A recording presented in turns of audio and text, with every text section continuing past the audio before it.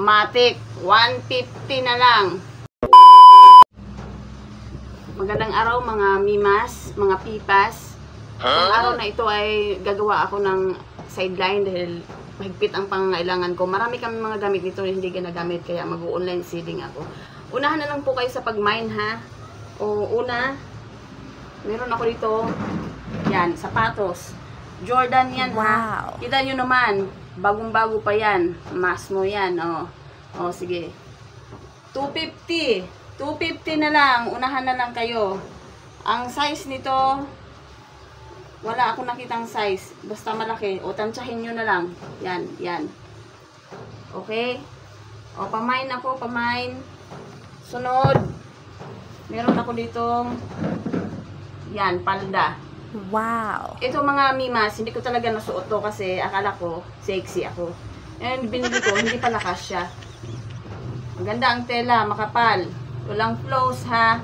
O, made in Korea yan. Maganda yan. O, unahan na lang. Parang brand new. Mahal to sa SM. Unahan na lang kayo ha.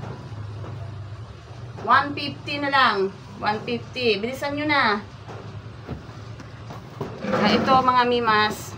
Masmoy na masmoy ito. O, kita nyo naman ha. Yan. Maganda yan. 150 na lang. Mahal sa SM to. Seiko 5 Matic 150 na lang. Hana, unahan kayo ha. May box pa yan o. Ano? Ano to? Akin na nga yan. Nagtitinda ako dito. Huwag kang magulo. Ano ginagawa mo? Nagtitinda. Bukas. Akin na. Walang di ba ka nagbibenta yung mahal-mahal nito? Akin to eh. Wala nga tayong bukas eh. Akin na. Tumigil ka nga. Naluloko ka na ba? Bibinta mo hindi? Hindi. Mga pamain na rin itong asawa ko. Tag 5 na lang. Loko-loko ka. Ang taksi ko Isyo, umiihi sa banig.